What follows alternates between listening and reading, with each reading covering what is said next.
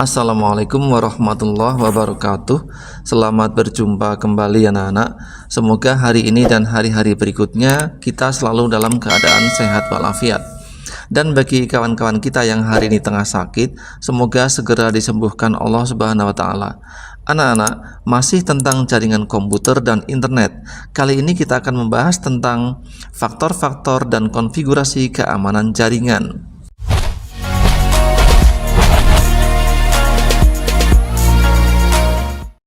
Ayo lakukan. Jenis aktivitas kelompok. Nomor aktivitas CKI-K12-17. Lakukan secara berkelompok. Pernahkah kalian melakukan surat menyurat secara manual? Pernahkah kalian melakukan surat menyurat dengan menggunakan email? Tentunya pernah ya. Apabila belum pernah, cobalah mengirim email untuk salah satu teman kalian. Setelah kalian mencoba, diskusikan bagaimana seseorang dapat berkirim surat untuk menyampaikan suatu informasi rahasia berupa surat baik secara manual maupun elektronik kepada orang lain. Coba diskusikan beberapa hal berikut. 1. Tuliskan apa saja langkah atau tahapan jika terdapat dua orang yang ingin saling berkirim surat.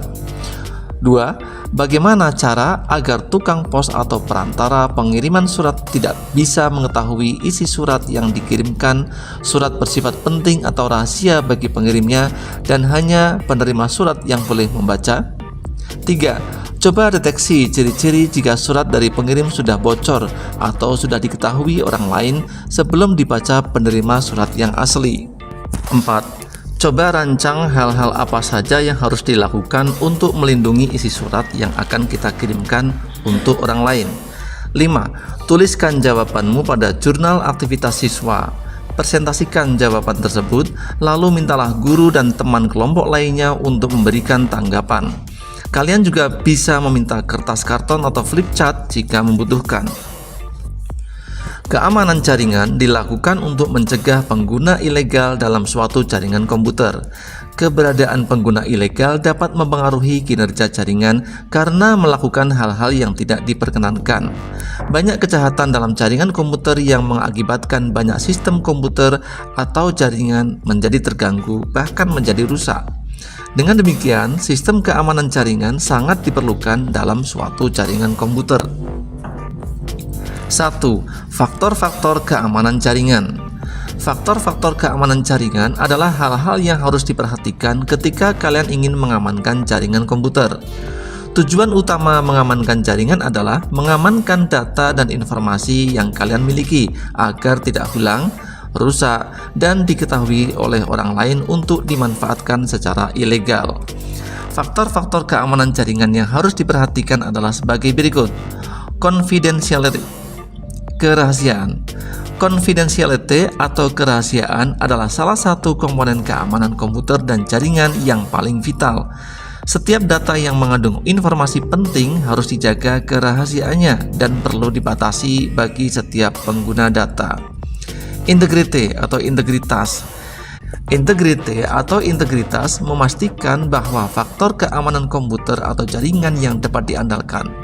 Jaringan komputer ini harus mampu melindungi data dari berbagai serangan cyber yang merubah data selama dalam proses transmit. Availability atau ketersediaan. Availability atau ketersediaan suatu layanan harus dapat dengan mudah dipantau oleh pengguna layanan tersebut.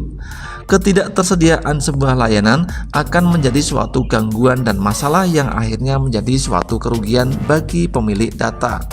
Non-repudiation.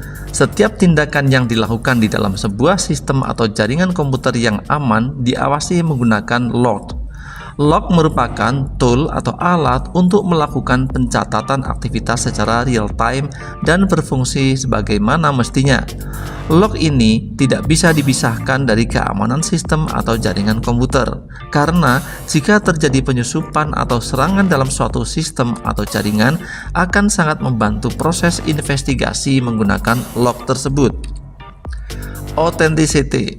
Setiap sistem komputer atau jaringan harus memastikan bahwa pihak objek, dan informasi yang berkomunikasi di dalamnya adalah benar alias tidak palsu. Dengan adanya tools yang dapat membuktikan keaslian suatu dokumen, hal ini berguna dalam memelihara intellectual property. Possession. Layanan di sisi server memiliki peranan penting dalam suatu sistem keamanan.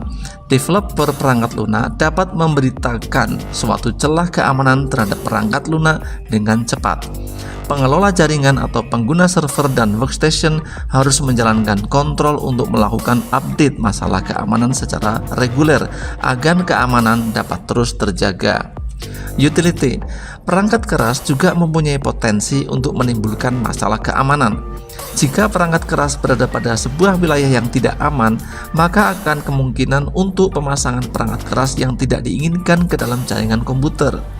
Penyusupan akan menjadi lebih mudah terjadi dan memungkinkan orang luar untuk mengubah peraturannya. 2. Konfigurasi keamanan jaringan.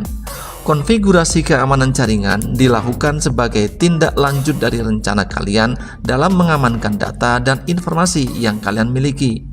Konfigurasi dilakukan dengan berbagai cara yang mampu digunakan dalam memberikan jaminan keamanan yang diharapkan.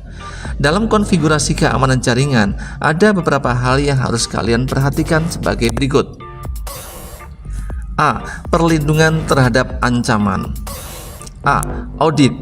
Melacak aktivitas database dan memantau kepatuhan terhadap standar keamanan dengan merekam kejadian database ke log audit. Hal ini memungkinkan kalian memantau aktivitas database serta menganalisis dan menyelidiki aktivitas riwayat untuk mengidentifikasi potensi ancaman, dugaan penyalahgunaan, dan pelanggaran keamanan. B. Deteksi keamanan. Mengungkap kejanggalan aktivitas database yang menunjukkan potensi ancaman keamanan terhadap database. B. Perlindungan informasi. 1. Enkripsi data. Dengan mengkonversinya menjadi format alternatif sehingga hanya pihak tertentu yang dapat mengurai dan mengakses informasi yang diberikan. 2. Data pencadangan dan pemulihan database sangat penting untuk melindungi informasi. Proses ini melibatkan pembuatan salinan cadangan database dan file log secara teratur dan menyimpan salinan di lokasi yang aman. Salinan cadangan dan file tersedia untuk pemulihan database jika terjadi kejanggalan atau pelanggaran keamanan. 3. Keamanan fisik. Banyak organisasi menggunakan ruangan khusus untuk mengamankan perangkat keras server database dan perangkat jaringan dengan akses terbatas dan menyimpan media cadangan di luar kantor yang aman. C. Enkripsi data komprehensif. Dengan memperkuat enkripsi data, kemampuan ini memudahkan organisasi untuk mengamankan data mereka dan mematuhi peraturan. 1. Data yang selalu dienkripsi menawarkan perlindungan data bawaan dari pencurian saat data dalam transit, dalam memori, pada disk, dan bahkan selama pemrosesan query. 2. Enkripsi data transparan. Mengenkripsi data yang sedang tidak diakses dan sudah disimpan. Aktivitas ini secara real-time melakukan enkripsi dan dekripsi data, pencadangan dan file log transaksi tanpa memerlukan perubahan pada aplikasi. Jika dikombinasikan dengan dukungan untuk versi terkuat protokol jaringan keamanan lapisan transportasi atau TLS, data yang selalu dienkripsi dan enkripsi data transparan memberikan solusi enkripsi yang komprehensif untuk organisasi keuangan, perbankan, dan layanan kesehatan yang perlu mematuhi standar keamanan data industri kartu pembayaran atau PCI DSS yang mengamanatkan perlindungan data pembayaran yang kuat dari ujung ke ujung. D. Perlindungan tingkat lanjut. Perlindungan tingkat lanjut dari ancaman yaitu menganalisis log untuk mendeteksi perilaku tidak normal dan upaya mengeksploitasi data yang berpotensi membahayakan. Perlindungan tingkat lanjut ini berupa peringatan terhadap aktivitas yang mencurigakan, antara lain SQL, injection, potensi penyusupan data, atau memotret pola akses untuk mendapatkan eskalasi hak istimewa dan penggunaan kredensial yang dilanggar. E. Langkah keamanan jaringan. 1. Password authentication. Komputer baik secara standalone maupun dalam jaringan harus menggunakan autentikasi password dalam penggunaannya. Pada suatu server, akun administrator sebaiknya dilakukan pembatasan penggunaan. Sebaiknya hanya satu akun saja yang dapat mengakses komputer atau server tersebut. Pemberian password yang tepat dapat meminimalisir risiko dan penyalahgunaan komputer oleh pihak lain. Password harus memiliki karakter yang unik dan sukar ditebak. 2. Pengaturan firewall. Firewall digunakan untuk memfilter lalu lintas jaringan, apakah jaringan tersebut aman atau tidak. Umumnya, sebuah firewall diimplementasikan dalam mesin terdedikasi yang berjalan pada pintu gerbang atau gateway antara jaringan lokal dan jaringan lainnya. 3. Metode enkripsi. Enkripsi adalah bagian dari bidang kriptografi. Kriptografi dirancang untuk dapat menjamin kerahasiaan pribadi atau privacy dan mencegah penyebaran informasi secara luas tanpa izin dari pengguna. Enkripsi dapat digunakan untuk mendukung authentication atau memverifikasi identitas dari user dan integritas, yaitu memastikan bahwa pesan belum diubah oleh pengguna ilegal. Ayo lakukan. Jenis aktivitas kelompok. Nomor aktivitas JKI-K12-18. Lakukan permainan ini secara berkelompok dan perhatikan ketentuan sebagai berikut. 1. Buat kelompok terdiri atas 5 hingga 6 orang peserta didik. 2. Bagilah peran masing-masing peserta didik menjadi peran sebagai pengirim pesan, pengantar pesan, penerima pesan, password, pesan atau data atau informasi, dan firewall. 3.